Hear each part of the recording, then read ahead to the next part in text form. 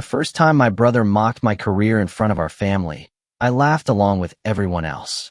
The second time, I almost told him the truth. The third time, his boss happened to be sitting at our dinner table. And that was the night my entire family finally realized they had never understood what I actually did for a living. My name is Daniel. I'm 38, and for most of my adult life, my family has considered my career a polite little hobby. My younger brother, Ryan, was the successful one. At least, that's how everyone described him. Ryan was 34, charismatic, confident, and very good at making ordinary achievements sound impressive. He worked for a growing technology company and had recently been promoted to a management position. My parents loved telling people about him. They'd say things like, "Ryan is moving up quickly," or "Ryan has always had that business instinct." When people asked what I did, my parents usually gave a much less enthusiastic answer. "Daniel does something with business systems." That was technically true. What they never mentioned was that I had spent the last 12 years building and managing software infrastructure for companies that handled millions of dollars in transactions every month. I wasn't famous. I didn't drive an exotic car. I didn't post pictures of myself at expensive restaurants. I worked mostly from a home office, wore jeans during the week, and had no interest in proving anything to anybody. That apparently made my career less impressive than Ryan's. The difference between us became obvious after Ryan joined a company called Northstar Technologies. He started talking about his job constantly. At family dinners, he'd explain management strategies, company growth, quarterly targets, and how his boss, Mark, really respected his judgment. My parents ate it up. One Sunday dinner, Ryan looked across the table at me and asked, "So, Daniel, still fixing people's computer problems?" I smiled. "I haven't fixed a computer in years." Ryan laughed. "Right. Sorry. Your fancy version of fixing computers." Dad chuckled. Mom smiled into her wine glass. I didn't argue. That was usually my strategy with Ryan. Not because he was right. Because arguing with someone who had already decided what you were worth was exhausting. A few months later, Ryan's promotion was announced. My mother called me before she'd even called to congratulate me on anything in years. "Your brother is going to be a director someday," she said proudly. "That's great, Mom. You should be happy for him." "I am." There was a pause. Then she said, "Maybe this will motivate you to take your own career more seriously." I remember sitting in my office, looking at 3 monitors displaying systems I had spent years building, and thinking about how strange that sentence was. I'd earned more than Ryan for several years. I just didn't talk about it. That wasn't because I was ashamed. I simply didn't believe my income was a personality trait. Then came the dinner. My parents were hosting a small gathering because Ryan wanted to celebrate another promotion. There were 8 of us around the table. My parents, Ryan and his wife, Melissa, 2 of my parents' longtime friends, and me. Ryan was telling a story about his company when one of my parents' friends asked what I did. Before I could answer, Ryan leaned back in his chair. "Daniel works in IT." I said, "Technically, I'm a systems consultant." Ryan grinned. "Same thing." His wife laughed. Then Ryan looked at me. "You know what you should do, Daniel? Come work for me." Everyone smiled. I asked, "Doing what?" Ryan shrugged. "Something useful." My dad laughed loudly. I looked at Ryan for a second. He wasn't joking. At least, not completely. I said, "I'll keep that in mind." Ryan raised his glass. "See? He's finally listening." The conversation moved on. I let it. But later that evening, my mother found me in the kitchen. "You know Ryan doesn't mean anything by it." "I know. He just has a different personality." "I know." She touched my arm. "You could learn something from him." That sentence stayed with me. Not because it hurt.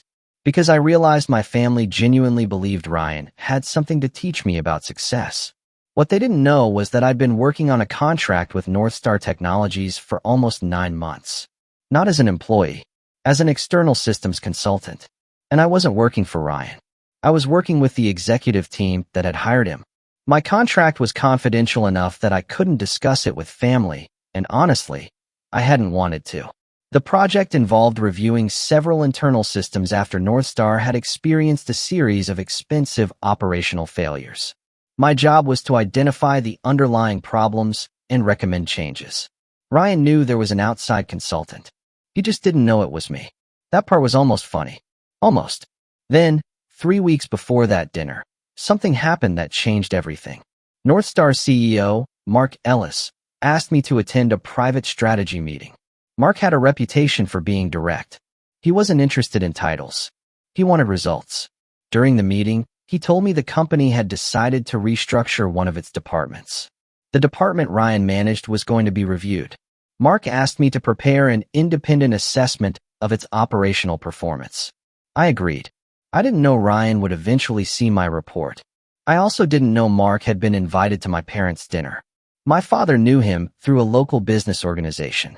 Nobody thought to tell me until the afternoon of the dinner. My mother called. "Oh, one more thing," she said. "What's that?" "Mark Ellis is coming tonight." I froze for half a second. "Mark Ellis from Northstar?" "Yes." "Mom, you should have told me." "Why?"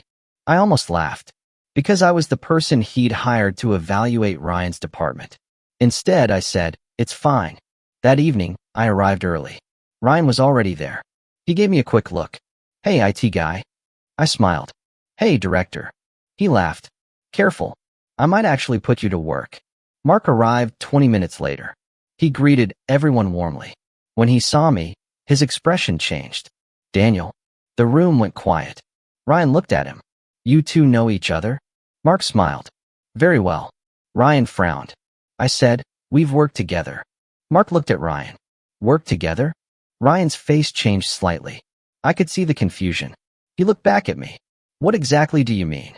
Before I could answer, Mark said, "Daniel is the consultant leading our systems review." Nobody spoke.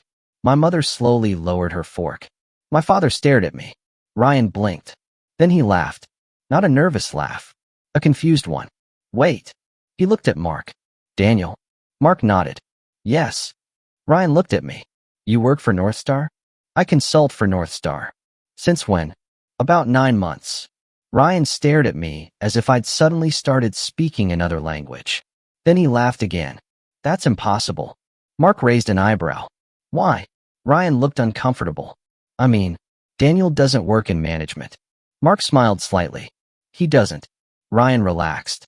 Then Mark continued. "He's considerably more valuable than most managers I've worked with." The table became silent. I didn't feel victorious. Honestly, I felt uncomfortable. This wasn't how I wanted my family to find out. Ryan looked down at his plate. My father cleared his throat. "So, Daniel has been working with your company this whole time?" "Yes," Mark said. My mother looked at me. "Why didn't you tell us?" I gave her an honest answer. "Because it didn't seem important." Ryan looked up. "It didn't seem important?" I could hear the edge in his voice. I said, "I didn't think my job needed to be discussed at dinner." Ryan leaned back. "So you've been hiding this?" "No." "Then why didn't you say anything?" "Because nobody asked." That shut him up for a moment. Then Mark said something I wasn't expecting. "Actually, Ryan, there's something you should probably know." Ryan looked at him. Mark's tone was calm. "Daniel's review of your department is nearly complete." Ryan went completely still. My father looked at me. My mother whispered, "What review?" I didn't answer. Mark did. "Northstar has been reviewing several departments because we've had repeated operational problems. Daniel was brought in specifically because we wanted an independent assessment." Ryan's face had lost all its color. He looked at me. "You were reviewing my department?" I nodded. "Yes." "You've been reporting on me?" "No. I've been reviewing systems and processes." "You know what I mean." "I do." Ryan pushed his chair back slightly.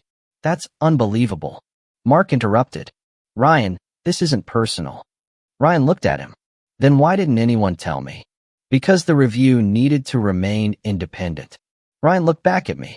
Then he said the sentence I'll never forget. "So what? You get to decide whether I keep my job." I shook my head. "No."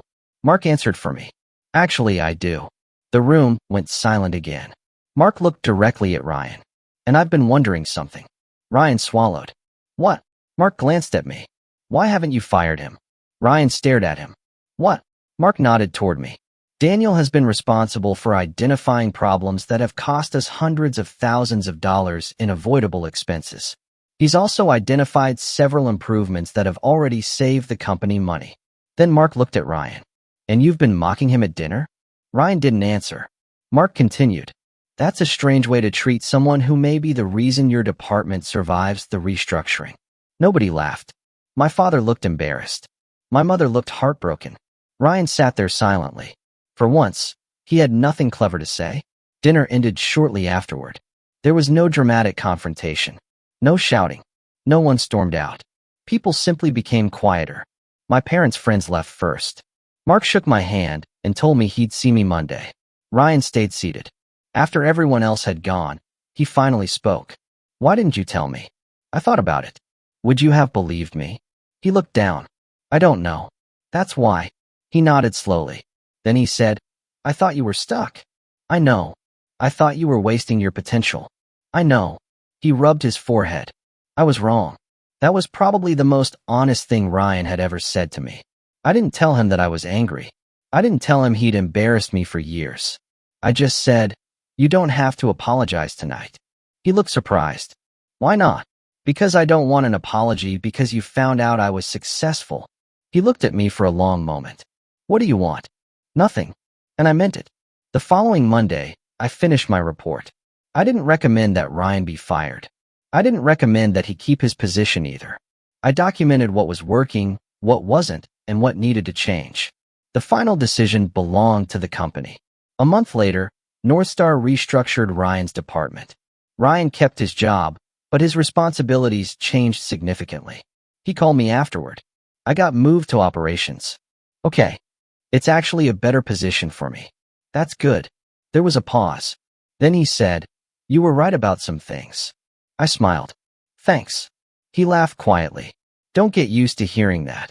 Wasn't planning on it. Our relationship didn't magically become perfect. It took time. My parents changed too, but slowly. My father started asking questions about my work. Real questions. Not just how much money I made. My mother stopped comparing Ryan and me. One evening, she said something I'll probably remember for the rest of my life. I think we spent too many years measuring the wrong things. I didn't argue. She didn't need me to. The strangest part was that none of this made me feel superior to my brother. If anything, it made me feel sad for the version of myself who had spent years trying to convince my family that I was doing okay. I finally understood something. I had been waiting for them to recognize me. But recognition wasn't what had kept me moving. I had built my career because I liked solving difficult problems. I worked hard because I respected the person I wanted to become. And I stayed quiet because I didn't need a room full of people applauding to know whether I'd done something worthwhile. A few months after that dinner, my parents hosted another family meal. Ryan arrived carrying dessert. He walked into the kitchen, saw me, and said, "Hey, consultant." I laughed. "Hey, director." He shook his head. "Still doing that?" "Probably."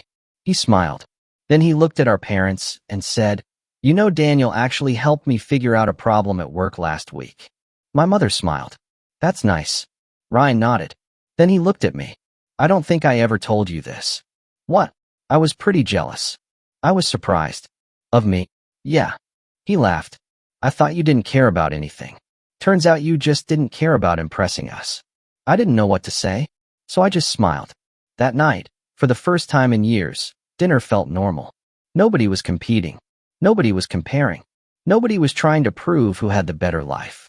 And I realized that was the real thing I had gained. Not money. Not recognition. Not even respect. Peace. Because the day my brother mocked my career, I thought my family was looking down on me. Instead, they accidentally gave me something much better. They reminded me that I never needed their approval to become the person I wanted to be. And sometimes the most satisfying way to prove people wrong isn't to beat them. It's to keep building a life they eventually have to respect.